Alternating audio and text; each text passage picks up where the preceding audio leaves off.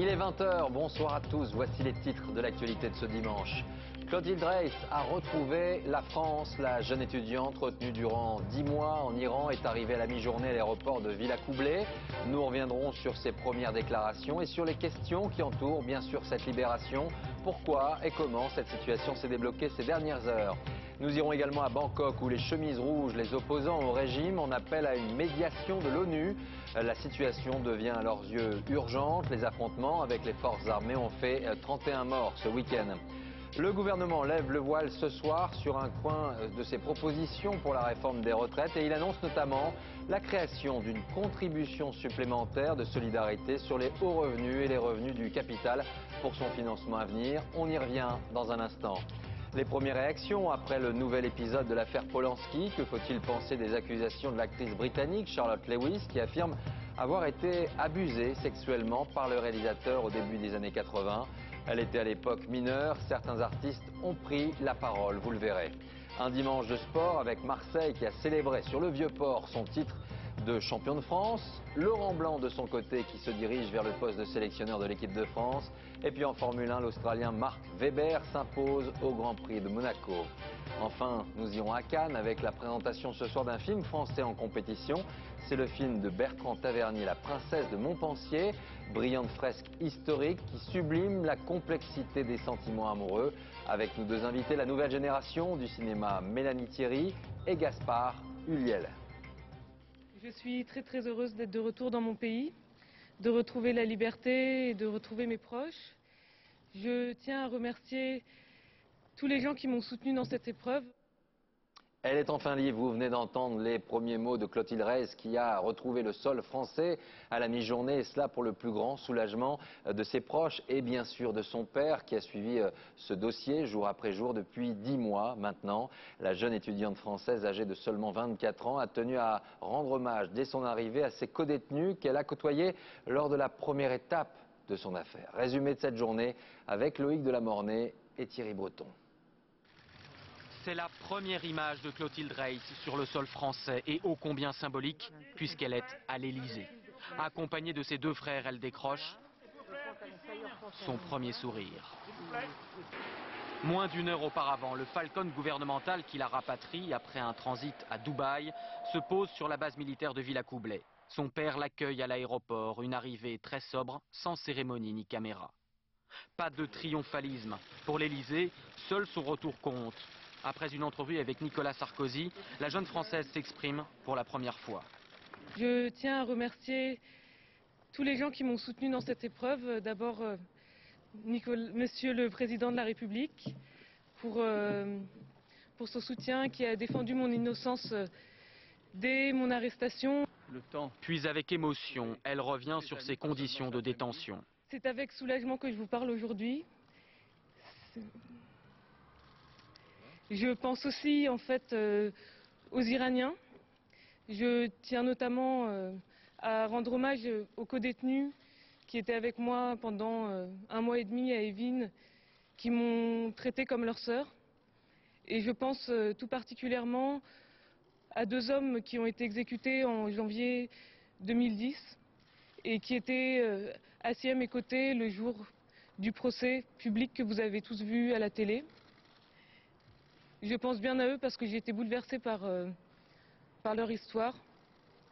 Et aujourd'hui libre dans mon pays, mes pensées se tournent vers eux.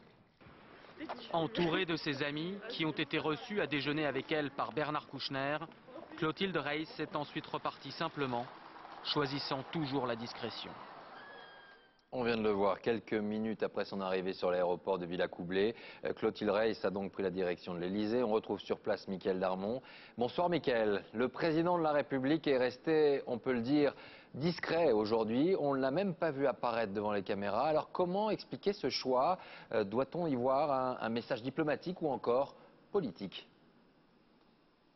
Oui, effectivement, deux raisons à cela. Tout d'abord, la première est liée donc au fond du dossier. Ici à l'Elysée, on ne veut pas non plus donner trop d'importance à cette affaire. Ça n'est pas la priorité de notre politique étrangère, ni l'affaire du siècle, confiait ce matin un proche du dossier, compte tenu en plus qu'il y a des éléments encore à négocier donc avec l'Iran qui sont autrement plus sensibles, ajoutait-on. Et puis bien entendu, il y a une deuxième raison, elle est politique celle-là, on le sait, on l'a remarqué, Nicolas Sarkozy a entamé une cure de sobriété médiatique, jalousement surveillée par ses stratèges. Alors en ce moment, il essaye d'appliquer le principe que si sa parole valait de l'argent, eh bien son silence vaudrait de l'or dans les sondages.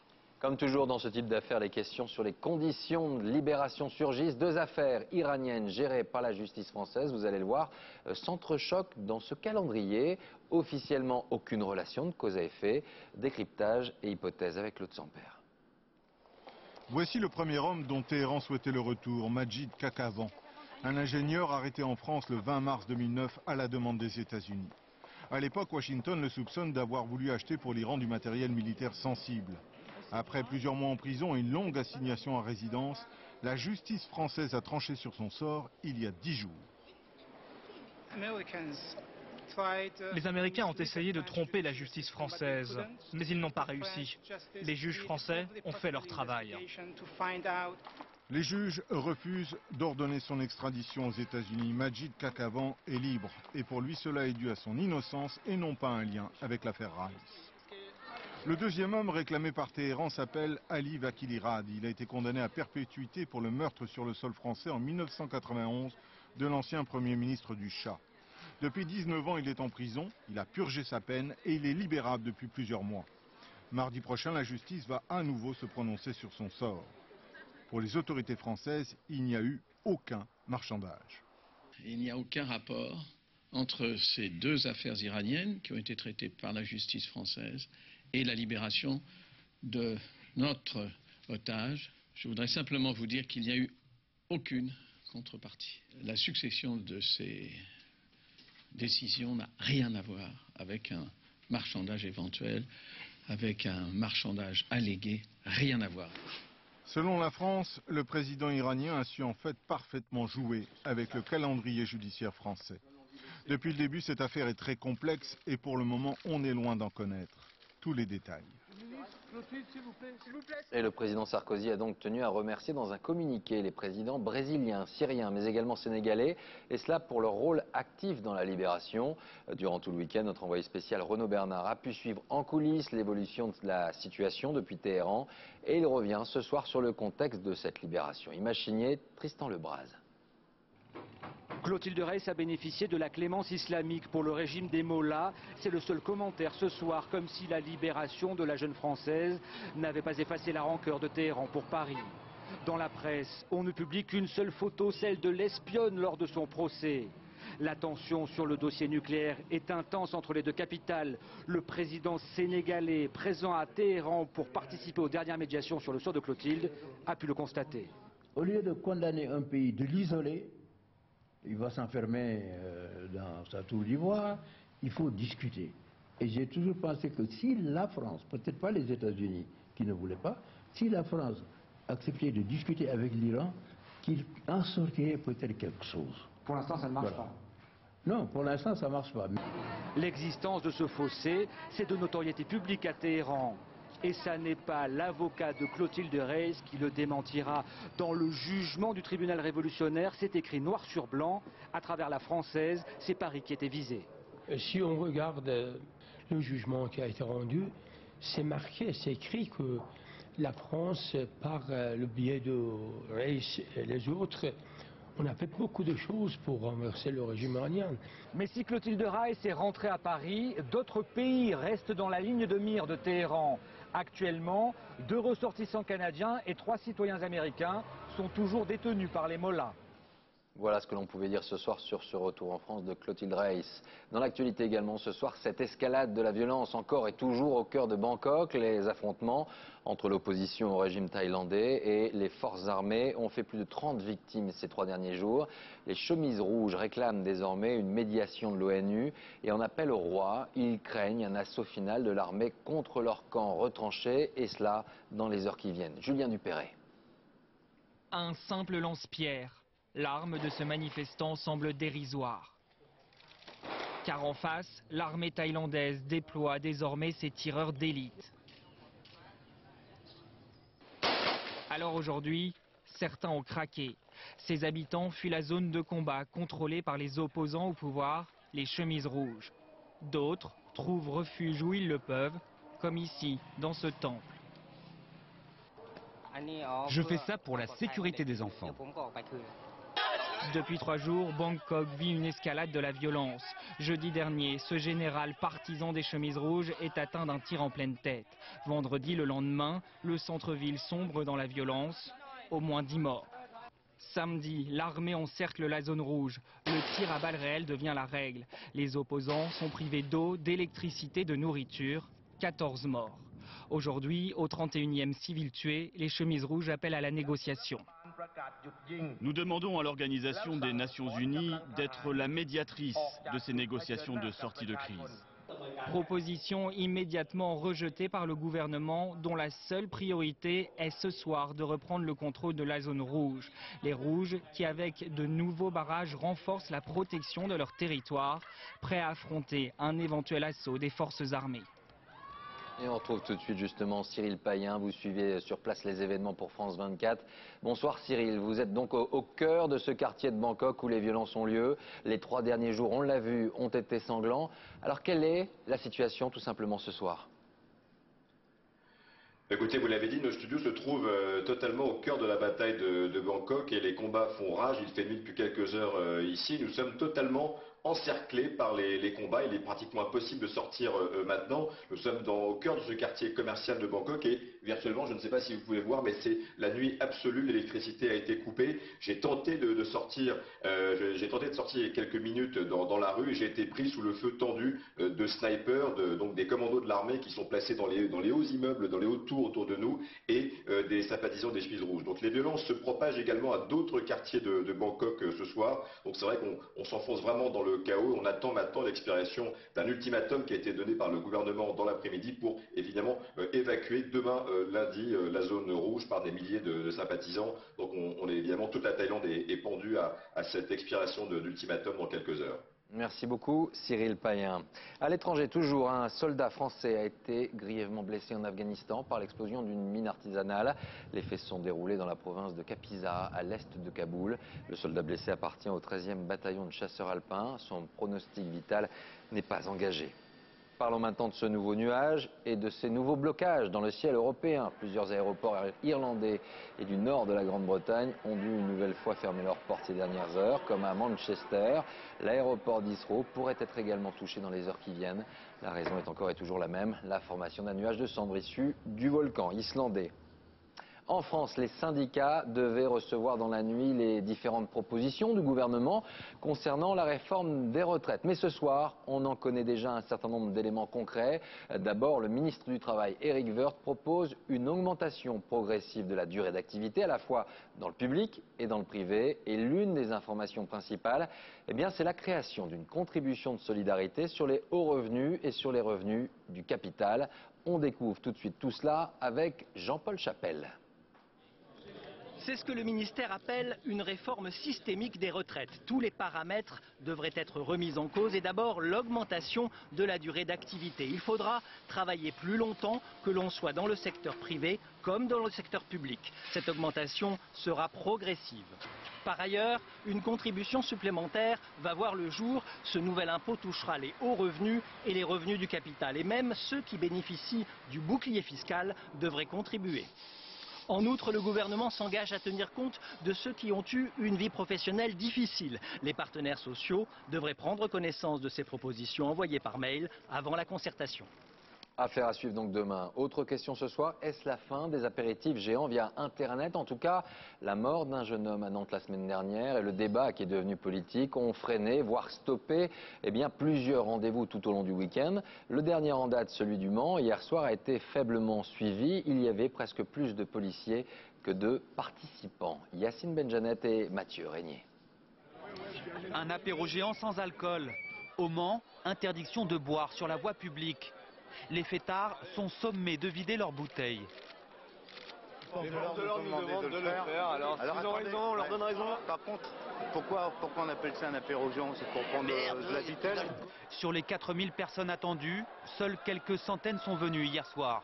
Elles étaient encadrées par 200 policiers. Les autorités veulent éviter à tout prix que ces apéros se transforment en beuverie. On a nos bouteilles, on arrive à passer avec. Il faut déjouer, il faut s'amuser. C'est un petit peu partie de cache-cache avec la police, c'est pas marrant. Il y a seulement 4 jours, l'apéro de Montpellier rassemblait des milliers de fêtards. Mais depuis la mort d'un homme à Nantes, la dynamique semble s'être brisée. Les beuveries collectives comme ça, c'est pas très... Non, moi ça me convient pas. Vu ce qui s'est passé à Nantes au dernier apéro géant, ça donne pas envie d'y aller, quoi. Ce week-end, les autorités ont purement et simplement interdit les apéros d'Aubenas, Chambéry et Annecy. À Paris, le plus grand apéro de France aura-t-il lieu sur le Champ de Mars dimanche prochain? L'invitation a été lancée sur Facebook, mais la préfecture n'a pas autorisé ce rassemblement. Les premières réactions maintenant à ce nouveau rebondissement dans l'affaire Polanski. Une pétition circule depuis plusieurs heures à Cannes, initiée par Bernard-Henri Lévy. Je vous rappelle qu'il y a 24 heures, une actrice britannique, Charlotte Lewis, avait accusé le réalisateur d'abus sexuels. Les faits remonteraient au début des années 80. Direction Cannes, Christophe Hérault et Vincent Bouffartigue. Sur la Croisette, les soutiens de Roman Polanski s'organisent. Une pétition initiée par le philosophe Bernard-Henri Lévy et signée par Jean-Luc Godard, Agnès Varda et Olivier Assayas circule. Bertrand Tavernier est l'un de ses signataires. C'est parce que Roman Polanski avait fait les films qu'il avait faits, qui étaient des films qui étaient considérés comme sulfureux, que tout d'un coup le juge a eu la conduite qu'il a eue, il lui a menti. Woody Allen, venu défendre son dernier film, prend aussi la défense du cinéaste. Il juge toute cette histoire idiote et apporte son soutien avec humour. Ils en font toute une histoire alors qu'il y a 20 000 criminels dehors avec des armes et qui tuent des gens dans la rue. Et là, ils gaspillent l'argent de mes impôts avec Roman Polanski. Mais à Cannes, le monde du 7e art n'est pas unanime. L'acteur américain Michael Douglas ne veut pas signer en faveur d'un homme qui a violé la loi. Gilles Jacob, président du festival, est réservé. Pour lui, personne n'est au-dessus des lois. Même tonalité pour Sandrine Bonner. Je respecte le talent, l'artiste, Roman Polanski. Je trouve qu'il fait de très grands films. Mais en tout cas, je ne signerai pas cette pétition. Non. Roman Polanski est assigné à résidence à Stade depuis septembre dernier et attend la décision de la justice helvétique quant à son extradition vers les États-Unis. Il est 20h16 à suivre dans un instant. Quel lycée choisir pour son enfant? C'est déjà l'heure des inscriptions pour la rentrée de septembre. Nous verrons si l'assouplissement de la carte scolaire a changé beaucoup de choses. Le sport avec une nouvelle journée de folie à Marseille qui a fêté son titre de champion de France. Laurent Blanc qui devrait succéder à Raymond Domenech. Et puis la Formule 1 avec le Grand Prix de Monaco. Et puis nous irons à Cannes avec la présentation ce soir du film de Bertrand Tavernier, La Princesse de Montpensier, film en compétition. Avec nous deux des acteurs du film, Mélanie Thierry et Gaspard Ulliel. Mais avant cela, je vous le disais, les élèves de 3e doivent en ce moment faire leur choix pour l'année prochaine. Et cela alors que la réforme de la carte scolaire a fait débat, vous le savez. Alors les choses ont-elles changé depuis sa mise en place? Élément de réponse avec Jean-François Firet et Éric Delagneau. L'année prochaine, Gabriel fera son entrée en classe de seconde. Mais il lui faut dès maintenant trouver un lycée. Et effectivement, c'est un lycée qui est plus polyvalent que d'autres puisqu'il y a une section L, une section ES, une section S. Un lycée qui lui convienne, c'est-à-dire qui propose toutes les matières, qui ne soit pas trop éloigné du domicile et si possible qui n'affiche pas déjà complet. Un choix quasi cornélien pour le père et son fils. On essaye d'un côté de trouver un lycée qui a une offre d'enseignement qui puisse le convenir, une proximité raisonnable, mais aussi qui ait des conditions, une ambiance qui lui convienne. J'aimerais faire italien. Et il n'y a que 3 lycées dans le district qui proposent cette option. À la fin du mois, les jeux seront faits. C'est ensuite l'académie qui décidera de l'affectation finale, en fonction d'un nouveau barème. L'élève doit accumuler des points. 600 points pour la proximité avec le lycée demandé, 600 pour ses résultats en classe, 300 s'il est boursier, enfin 50 s'il a déjà un frère ou une sœur dans l'établissement. Les mieux notés seront aussi les mieux lotis. L'élève peut formuler jusqu'à 6 vœux. Pour cette directrice de collège, c'est autant de chances d'intégrer un lycée adapté. Évidemment, l'objectif, c'est le baccalauréat, qu'il soit baccalauréat professionnel, technologique ou d'enseignement général. Et donc, l'adéquation, c'est justement quand on arrive à trouver le bon établissement correspondant aux résultats de l'enfant et à ses capacités. Les syndicats critiquent un système complexe qui favoriserait les établissements d'excellence. Pour l'académie, c'est au contraire le principe le plus équitable. Il y a des établissements qui sont très demandés, et puis des établissements qui sont moins demandés. Donc on ne satisfait jamais 100% des premiers vœux. L'année dernière, on avait satisfait quasiment 90% des premiers vœux. Pour les parents mécontents, des dérogations sont toujours possibles, mais de plus en plus difficiles à obtenir. Carte scolaire assouplie ne veut pas dire carte scolaire supprimée. Marseille n'en finit plus de fêter son titre de champion de France, mais apparemment cet après-midi était l'épilogue de cette fresque de joie collective. L'OM qui a une nouvelle fois rassemblé le peuple blanc et bleu sur le Vieux-Port. Une fête, mais également quelques incidents à l'issue de la journée. Reportage, Isabelle Stess et Pascal Pigère.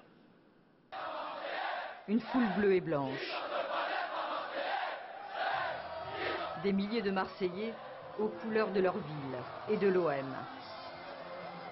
Des supporters survoltés, massés tout autour du Vieux-Port pour rendre hommage à leur champion. On a toujours été fiers de nos couleurs et de notre ville, mais là encore plus. C'est le bonheur, on fait la fête, on a fait le doublé. Ça fait 18 ans qu'on attend ça, on l'a fait. Et oui.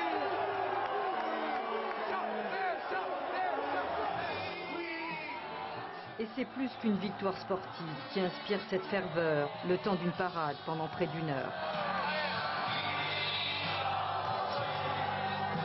C'est géant, c'est pour toute une ville, c'est tout un peuple, c'est géant. Qu'est-ce que je sens? Je suis la plus heureuse de Marseille. Je suis venu avec mon père il y a 30 ans à l'époque tapis et que bon, il faut qu'ils partagent tout ça avec moi, eux aussi. C'est du haut de l'hôtel de ville que les champions de France brandissent le trophée. À Marseille, l'OM est un héritage que l'on partage en famille et pour la postérité. Il y a plus de 50 000 personnes, c'est-à-dire qu'il y a plus de monde que le jour de la libération de Marseille. Et on regarde l'avenir avec ambition. J'espère qu'ils vont gagner la Coupe du Monde, puisqu'on attend que ça. L'OM? Bah oui, l'OM. Car aujourd'hui à Marseille, tous les rêves étaient possibles. Plus qu'une rumeur, Laurent Blanc semble bel et bien se diriger vers le poste de sélectionneur de l'équipe de France. Il quittera donc les Girondins de Bordeaux après 3 saisons. Mais c'est bien sûr seulement après la Coupe du Monde en Afrique du Sud qu'il devrait prendre ses fonctions. Entre-temps, Raymond Domenech aura la possibilité de faire taire les Cassandres, Aaron Tanzit et Bernard Bonarme. De Bordeaux au bleu, la fin du mystère. Laurent Blanc prendra les rênes de la sélection française après la Coupe du Monde. Son club l'annonce dans un communiqué. Le FC Girondins de Bordeaux vient d'être informé par son entraîneur qu'il souhaitait répondre favorablement à la sollicitation de la Fédération de football en qualité de sélectionneur de l'équipe de France.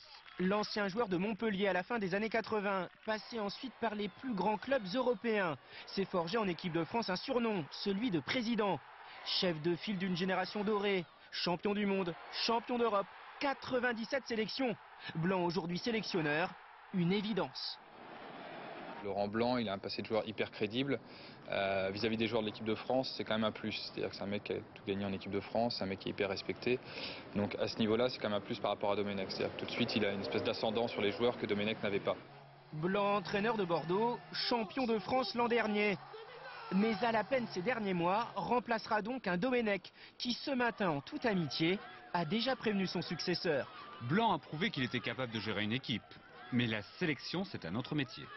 Du côté de la fédération, on se réjouit du choix de Laurent Blanc. Reste à finaliser les derniers détails de son futur contrat pour qu'à 44 ans, le président reprenne son histoire d'amour avec les Bleus. L'équipe de France a été pour moi ma maîtresse durant toute ma carrière sportive et footballistique.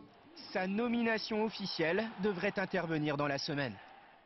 Un dimanche de sport, suite avec les autres images et résultats de cette fin de week-end, de la Formule 1 et le Grand Prix de Monaco, mais aussi du tennis. Une Française est devenue reine de Madrid. Elle s'appelle Aravan Redzai, de bon augure à une semaine de l'ouverture de Roland-Garros. Audrey Richier. Le sourire d'Aravan, reflet d'une semaine de rêve. Hénin, Jankovic, Venus Williams, la jeune franco-iranienne les a toutes balayées. À 23 ans, elle remporte le premier grand tournoi de sa carrière sur terre battue. Son atout majeur, sa force de frappe. Venus Williams, numéro 3 mondial, pourtant experte en la matière, est dépassée. Menée 5-1 dans le deuxième set, Redzai lâche ses coups et remporte 6 jeux d'affilée.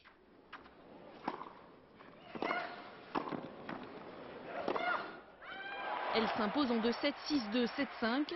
Dans une semaine à Roland-Garros, Aravan Redzai pourrait bien encore bousculer les grandes. Dans les serpentins de la principauté, difficile de se frayer un chemin pour les Formule 1. Cet après-midi, Monaco rime avec Bobo, accident en série sur le circuit. De la casse matérielle, essentiellement, mais rien pour troubler le rythme effréné de l'Australien Mark Webber. Le pilote Red Bull remporte le Grand Prix et revient en tête du classement à égalité de points avec son coéquipier Sébastien Vettel. Toute voile dehors, direction Gruissan pour le défi Wind. Compétition de planche à voile dans des conditions de vent exceptionnelles. Les 40 km de ce marathon nautique sont donc bouclés en moins de 40 minutes.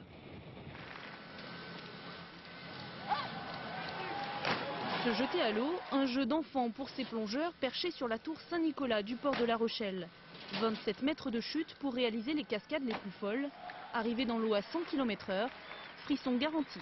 La page cinéma de ce dimanche soir et on part à Cannes où, juste avant leur montée des marches, Mélanie Thierry et Gaspard Ulliel nous accordent quelques mots sur le film qu'ils défendent en compétition. Ce soir, La Princesse de Montpensier, signé Bertrand Tavernier. Bonsoir à tous les deux et merci d'être avec nous. D'abord, une question avant de parler votre film. On sait que Bertrand Tavernier est mort de trouille. Et vous, est-ce que ce soir tout va bien? Est-ce que vous êtes serein avant cette montée des marches? Non, je suis absolument pas sereine, je suis terriblement tendue et je suis en apnée jusqu'au moment où on commencera à marcher sur ce fameux tapis rouge. Et vous, Gaspard? Ce qui me concerne, je suis plutôt posé, ça va. Je savoure l'instant, je dirais. J'essaye de pas trop réfléchir à ce qui va se passer par la suite. Alors vous restez avec nous. On regarde tout de suite quelques images de La Princesse de Montpensier, Bertrand Tavernier, qui nous replonge dans la France des guerres de religion qui font rage, la justesse des mots, la dérive des sentiments, l'amour sublimé. Bref, un film tellement classique mais tellement moderne, vu par Marie-Jo Jouan et Vincent Bouffartigue. Longue journée pour Bertrand Tavernier. À 69 ans et après 20 ans d'absence dans la compétition, il a dévoilé avec ses jeunes acteurs sa Princesse de Montpensier. Fresque en costume, histoire d'amour sur fond de guerre de religion au XVIe siècle. Au cœur du scénario, Marie de Mézières, mariée de force au prince de Montpensier, amoureuse depuis l'enfance de son cousin Henri de Guise. Aucune folie, puisque nous nous sommes donnés l'un à l'autre depuis toujours. Pas donné. Promis. Un personnage de jeune femme étonnamment moderne, qui va concentrer toutes les passions masculines. Ça me touche, d'avoir un personnage jeune, qui est lancé malgré elle dans une série d'événements violents, forts, qu'elle va devoir affronter presque à son corps défendant. Le film a été tourné dans des décors naturels, sans effets spéciaux. Bertrand Tavernier y tenait. Action. Il dit avoir voulu faire comme si la caméra avait été inventée en 1562. Tout était biologique. C'est un film volontairement biologique, tourné en vrai scope. Pour donner de l'ampleur à l'action, la rendre réaliste, telle cette scène de la Saint-Barthélemy où le précepteur de la princesse guerroie à l'arme blanche. Ce qui me plaît beaucoup dans l'époque, c'est le mélange de très grande culture. Et puis parallèlement à ça, c'est d'une sauvagerie et d'une barbarie effrayante. Une époque où l'on était général à 18 ans. L'occasion pour Bertrand Tavernier de diriger de jeunes comédiens.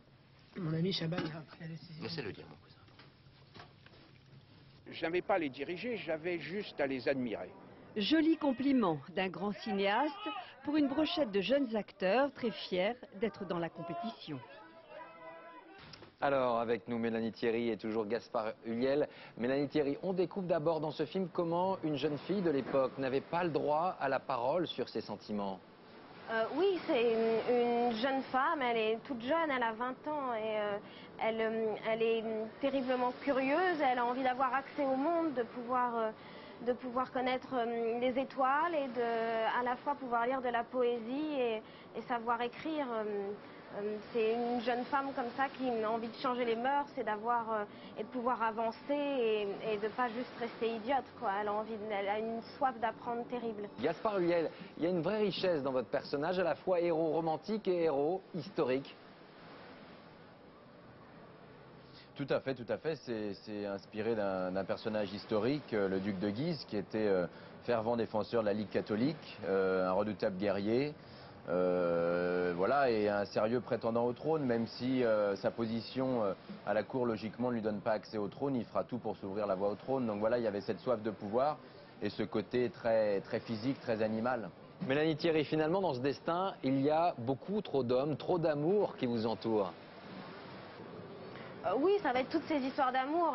C'est une couleur différente avec chacun des personnages, à la fois avec Gaspard, avec le duc de Guise, c'est quelque chose de terriblement passionnel et dévorant et totalement destructeur. Avec mon mari, le prince de Montpensier, c'est quelque chose de beaucoup plus solennel, de tendre et de respectueux. Et à la fois avec Chaban, le précepteur, c'est dans la complicité, dans quelque chose de connivence et dans quelque chose de très intellectuel. Il y a également la peur de cette maîtrise de la langue ou pas avant de tourner un film comme celui-là, parce que le texte est assez exigeant tout de même. Le texte est exigeant et moi au début j'ai eu une vraie appréhension parce que c'est pas un phrasé habituel et une fois qu'on se l'approprie, ça paraît d'une évidence, c'est quelque chose de tout à fait limpide et absolument merveilleux à jouer.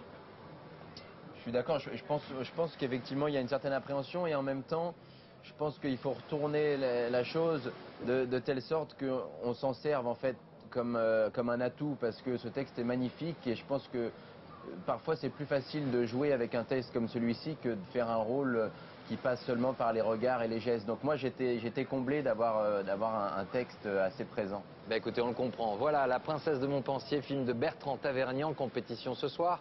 Passez une très belle soirée, ne soyez pas inquiets, vous défendez un très joli film. Malheureusement, il faudra attendre le 10 novembre prochain, je crois, pour sa sortie en salle. Passez une belle soirée. Voilà pour cette interview réalisée juste avant la montée des marches par nos deux invités. Un coup d'œil sur les moments clés de la semaine prochaine.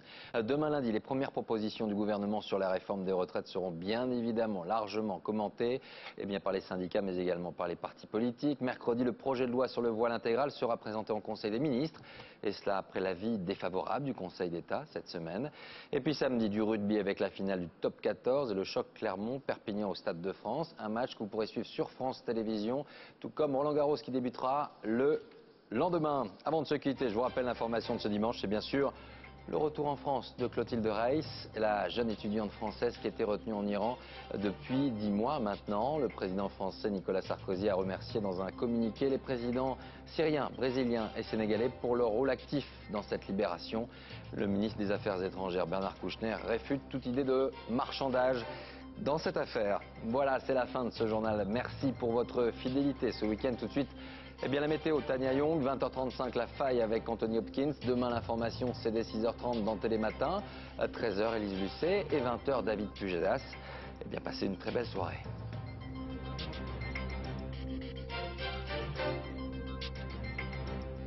L'info en continu, c'est aussi sur France2.fr.